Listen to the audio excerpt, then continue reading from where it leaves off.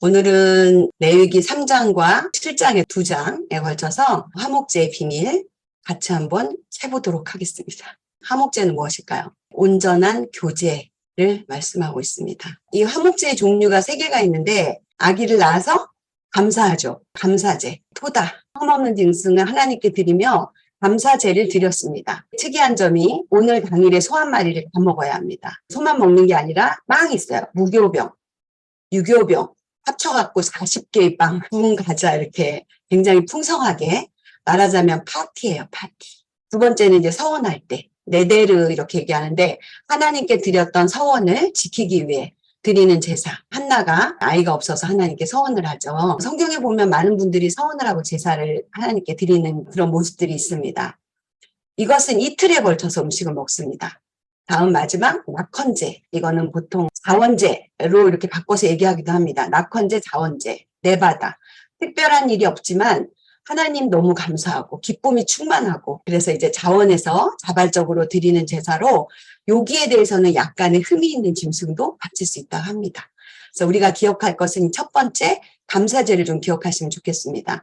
저희도 삶에서 신앙생활하면서 이제 감사한 일이 있으면 감사 예물을 드리지 않습니까? 특별한 뭐 절기에도 드리지만 또 자녀의 문제, 또 우리 가정적인 문제, 또 내 삶의 그런 영역에서 일어난 일들을 하나님께 늘 감사하죠. 그래서 늘 감사한데 또 특별히 하나님께 예물을 드리는데 그 예물을 드리는 의미 있죠. 하나님께 예물을 드리는 의미를 오늘 다시 한번 조금 더 깊이 생각해 보시는 거예요. 자, 이 화목제의 뜻은 우리가 이제 알고 있어요. 피스 오퍼링 해가지고 화목제, 네, 말 그대로. 근데 이제 여러 가지의 이야기들 중에서 제가 가장 정확하다고 생각하고 여러분에게 말씀드린 게 온전함이에요. 온전함. 네, 기억하시면 좋을 것 같아요. 개인적인 온전함과 세상과의 온전함. 그러니까 이게 수직의 온전함과 수평의 온전함이 같이 공존하는 그런 제사가 화목제입니다. 그래서 수직 관계, 하나님과 나와의 관계, 수평적인 이웃과의 관계. 여태까지 번제나 소제는 제물을 어떻게 했죠? 다 태워드렸어요. 사람이 먹지 않았어요. 제사장에게 조금 주고 나머지는 이제 제사장에 주는 것도 굉장히 이제 조금, 근데 이거는 굉장히 풍성하게 함께 나누는 그런 제사가 되겠습니다. 그래서 온전함을 위한 화목제의 제물을 하나님, 제사장, 이웃 이렇게 같이 나누는 그런 제사입니다. 평강이 없다는 것은 온전하지 않다는 것을 말합니다. 그래서 화목은 다른 말로 우리가 샬롬 이렇게 얘기합니다. 샬롬을 원어로 볼 때 단수는 몸과 육체와 관련되어 있는 거, 복수로 얘기할 때는 환경에 대한 거, 단수로 얘기할 때는 이제 뭐 말하자면 나 한 사람, 나의 개인, 그다음 복수로 얘기할 때는 이제 환경에 넉넉한 뭐 물질적인 평안 이렇게 표시를 합니다. 화목제를 준비하면서 많은 것들을 생각하게 되었습니다. 이런 말이 있더라고요. 원어 쉘렘이라는 말 안에 못이라는 단어가 있대요. 그러니까 히브리 말은 우리는 이제 한 단어 이렇게 얘기하는 거잖아요. 이렇게 한 단어 만약에 뭐 등불 그럼 등불이라는 단어의 뜻을 가졌는데 얘네는 자음 하나하나의 뜻이 있어요. 그래서 그 자음을 풀어보면 예수님이 십자가의 못 박힘을 통해서 혼돈으로 연결되어 있는 모든 권위를 제거하는 것. 그러나 이제 이 세상이 혼돈하잖아요. 우리 창조 전에 흑암이 깊음이 있고 세상이 혼돈스러웠잖아요. 거기에 하나님 말씀으로 천지를 창조하신 거잖아요. 근데 천지 창조 이후에 우리의 삶이 혼돈이에요, 여전히. 그렇지 않습니까? 질서 정연하고 평안하고 안정적이고 기쁨이 늘 있고 그렇지 않잖아요. 그래서 이 혼돈으로 연결되어 있는 권위가 제거되는 거. 어려운 말이라 그렇지 평온해지는 걸 말하는 거예요. 근데 뭐로 말미암아? 십자가의 못으로 말미암아 못 박힘을 통해서 첫 번째는 하나님과 화평을 누리세요. 두 번째는 관계 속에서 일어나는 다툼이 끝났어요. 하나님과도 화평이 되고 이 관계 속에서 모든 다툼이 끝났다는 의미예요. 사람 때문에 피눈물 흘릴 일 없다. 자식 때문에 피눈물 흘릴 일 없고 내 삶의 어려운 문제들 때문에 피눈물 흘릴 일이 없다. 이게 바로 이 샬롬이라는 뜻이라는 거죠. 즉 영적인 하나님과의 관계와 이 땅에서의 관계, 생업, 육체, 물질과의 모든 우리가 이거를 속된 말로 만사, 오케이 뭐 이렇게 얘기하는데 그런 만 가지 이런 우리의 삶의 이야기들 뿐만이 아니라 중요한 거는 영적인 관계를 얘기해요. 그래서 하나님은요, 이 샬롬을 통해서 나를 온전하게 만드시기를 축복하십니다. 온전하게 만드시기를. 그런데 완전한 샬롬은 우리가 이 땅에선 찾아볼 수 없어요. 샬롬이 완전하게 구현되는 곳이, 저는 오늘 화목제를 약간 하나님 나라 개념으로 봤거든요. 그래서 하나님의 주권적인 통치가 나타나는 하나님 나라. 우리의 목표는 거룩한 백성, 하나님의 나라. 하나님 나라입니다. 이게 샬롬이 이루어지는 게. 자, 예수 그리스도가 이 땅에 오셔서 전해주신 복음의 중심 메시지가 하나님 나라지 않습니까? 예수 그리스도는 우리를 완전한 샬롬이 있는 하나님 나라로 인도하기 위해서 평강의 왕으로 오셨어요. 제가 지금 1주, 2주, 3주를 평강의 왕에 대해서, 1주는 기다림, 그 다음에 평강의 왕을 계획하신 하나님, 그리고 이 평강의 왕이신 예수님에 대해 설교를 하거든요. 제가 이 묵상하면서 너무너무 감사했어요. 와, 이게 예수님의 이름이 평화만 있는 게 아니잖아요. 어떤 의미로 이 평강의 왕이라는 대표적인 이름을 가지고 오셨을까? 그게 저에게는 참 굉장히 깊이 와닿은 화목제의 부분입니다. 그러므로 진정한 샬롬은 그리스도 안에만 있어요. 예수님 안에만 있어요. 우리 다 알고 있어요. 그리고 예수 그리스도를 통해서만 오는 것이에요. 오직 예수님을 통해서만 이 샬롬을 우리가 누릴 수 있습니다. 우리는 연합을 통해, 예수 그리스도와 연합을 통해 이 평강이 우리의 것이 되죠. 자, 레위기 3장 말씀 1절 읽어보겠습니다. 사람이 만일 화목제의 제물을 예물로 드리되 서로 드리려면 수컷이나 암컷이나 흠없는 것으로 여호와 앞에 드릴지니, 번제와 다르지 않습니다. 그리고 7절에 보면 양을 드릴 때의 경우는 미골에서 밴 기름진 꼬리 이렇게 나옵니다. 여러분, 이거를 우습게 여기면 안 됩니다. 이런 양이 있습니다. 양만, 이 꼬리가 기름으로 되어 있어요. 이 팔레스타인 양만 그렇대요. 소나 염소는요, 이 꼬리가 고기예요. 고기덩이. 근데 이 양만 기름인데, 이 기름의 의미가 있어요. 이제 기름을 깜짝 놀라실 거예요. 이 소만 여기에서, 이 꼬리에서 기름을 잘라서 하나님께 드립니다. 하나님 기름만 드리거든요. 자, 그 다음에 염소는 소와 동일한 방법으로. 화목제물의 종류는 소, 양, 양양이. 다음에 염소. 우리 번제할 때 하나 더 있었죠. 뭐 있었죠? 비둘기 있었습니다. 비둘기. 근데 화목제는 비둘기 못 드리는 이유가 뭐냐면은 먹을 게 없어서요. 나누어 먹어야 되는데 비둘기는 나누어 먹을 수 없어요. 그래서 이제 비둘기는 제사가 이제 제물이 될 수 없고, 소나 양이나 염소로 화목제물을 하나님께 드립니다. 자, 2절 읽어보겠습니다. 그 예물의 머리에 안수하고 회막문에서 잡을 것이요. 아론의 자손 제사장들은 그 피를 제단 사방에 뿌릴 것이며, 안수에 대해서 나오는데, 번제의 안수는 죄를 전가하는 거고, 여기 안수는 화목의 책임을 얘한테 맡기는 거예요. 이 제물이 예수님이잖아요. 그러니까 우리는, 나는 스스로 화목을 내가 감당할 수 없다. 그래서 이 화목이 예수님께로 넘어가는 이런 전가입니다. 3절에 보면 그는 또 화목제의 제물 중에서 여호와께 화제를 드릴지니, 곧 중요합니다. 읽겠습니다. 내장에 덮인 기름과 내장에 붙은 모든 기름과 두 콩팥과 그 위에 기름, 곧 허리 쪽에 있는 것과 안에 덮인 꺼풀을 콩팥과 함께 떼어낼 것이요. 제가 예전에 성경을 읽다가 이 부분에서 너무 웃긴 거예요, 이게. 뭐지, 이게? 지금 내장이, 그러니까 상상을 하는 거죠, 소를 이렇게 팍, 내부를 상상을 하면서 내장이 기름을 벗겨내고, 아, 그러니까 장기에 있는 기름을 다 벗겨내는구나. 막 상상을 하면서 너무너무 어려웠던 거예요. 근데 이게 이렇게 깊은 의미가 있을 줄을 예전에 미처 몰랐습니다. 콩팥이 있고요. 안에 꺼풀이 있어요. 하나님께 드려요, 이 기름을. 기름, 그 다음에 콩팥, 그 다음에 간의 꺼풀을 드립니다. 하나님 뭐 고기 이런 거 안 드시고 기름만 드려. 기름하고 이 콩팥에 있는 것들을 떼어 드리는데, 첫 번째 기름. 기름은 가장 좋은 것이란 뜻이에요. 기름이 가장 좋은 것이에요. 우리 먹으면 지금 동맥경화 걸리는 건데 가장 좋은 것이고, 예물을 자원해서 드릴 때는 하나님과의 관계가 회복되고 복을 받는다. 평안해진다. 기름을 드립니다.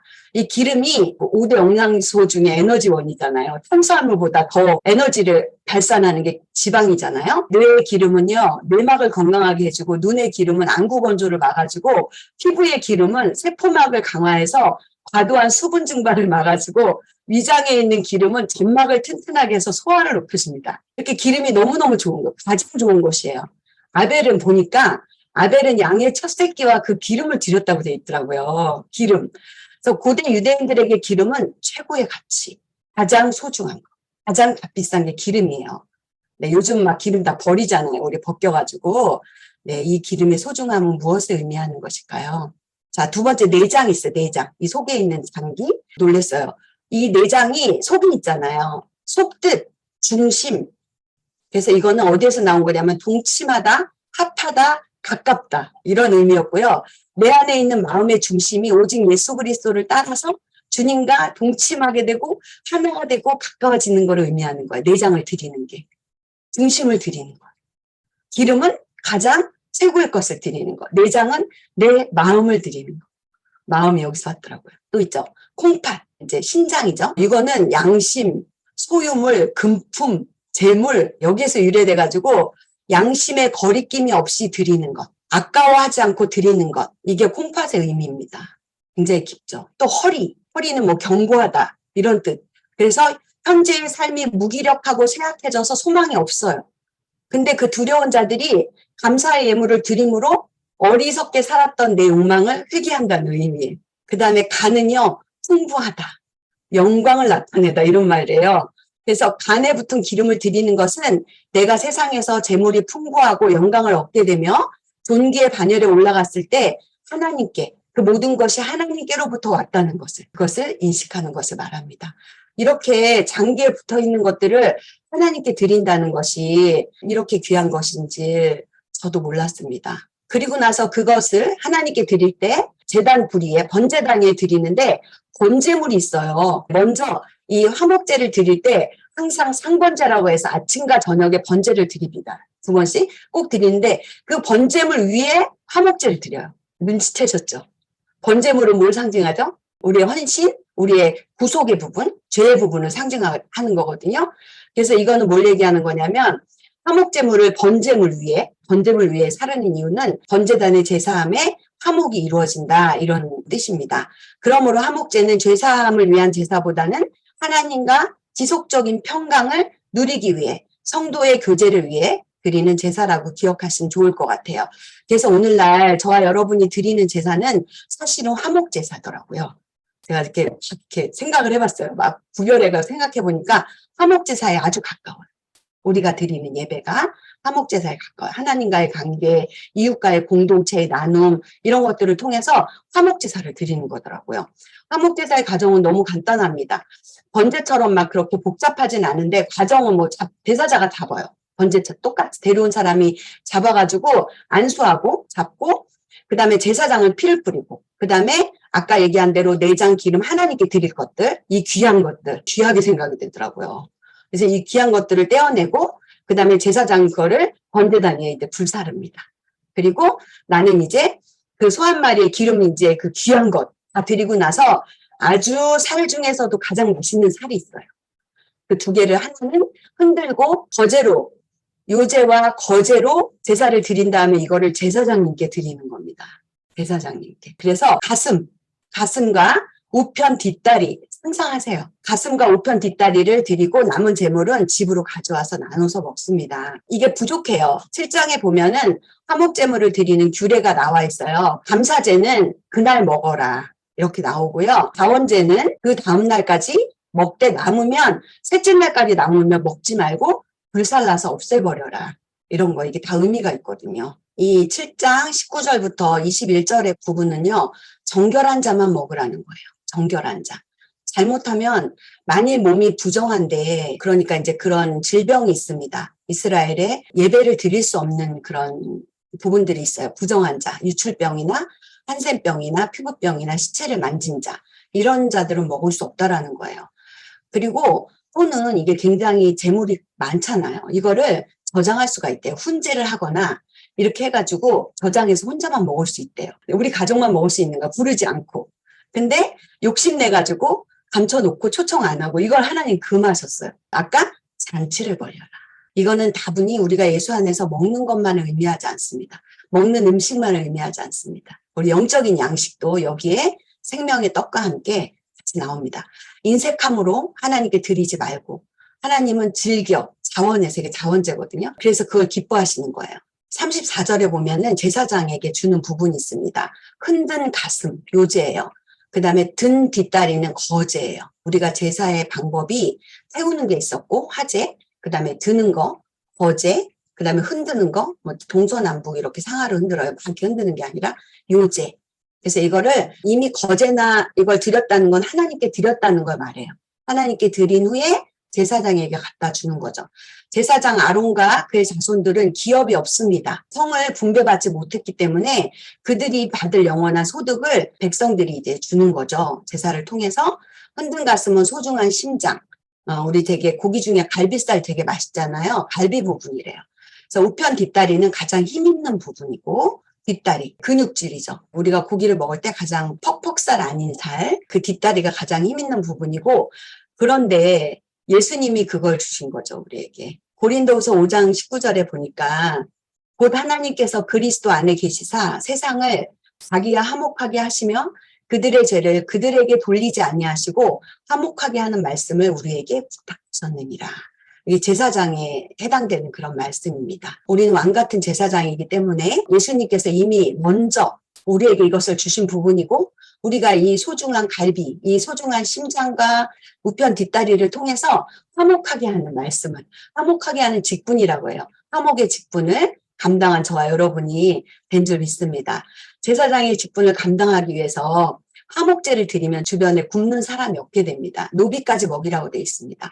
예수님의 복음은 온 인류가 나누어 먹어도 모자람이 없죠. 그 복음의 말씀으로 충분하죠. 나는 하늘에서 내려오는 떡이니 사람으로 하여금 먹고 죽지 아니하게 하는 것이니라. 나는 하늘에서 내려온 살아있는 떡이니 사람이 이 떡을 먹으면 영생하리라. 내가 줄 떡은 곧 세상의 생명을 위한 내 살이니라 하시니라. 요한복음 말씀입니다.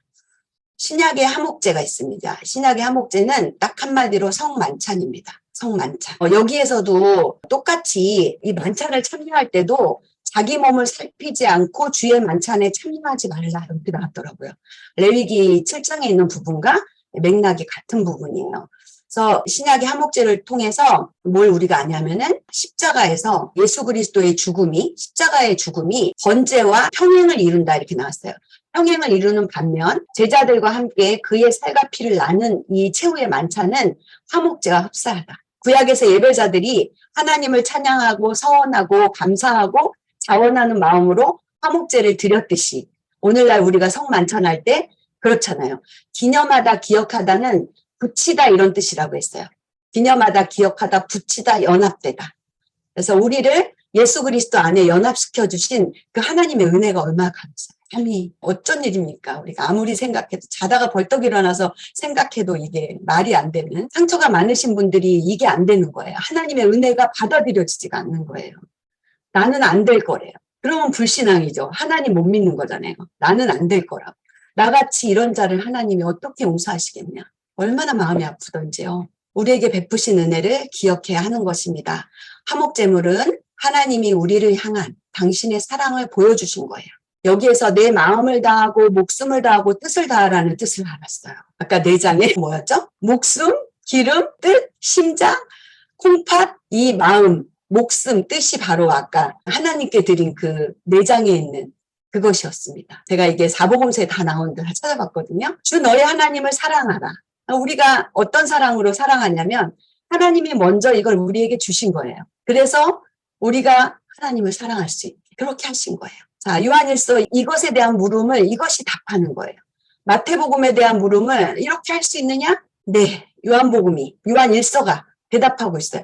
사랑은 여기 있으니, 사랑하라 그랬는데 사랑은 여기 있으니 내가 하나님을 마음을 다하고 뜻을 다해서 사랑할 수 있는 게 아니라 하나님이 나를 사랑해서 화목제물로 예수를 보내셨어요.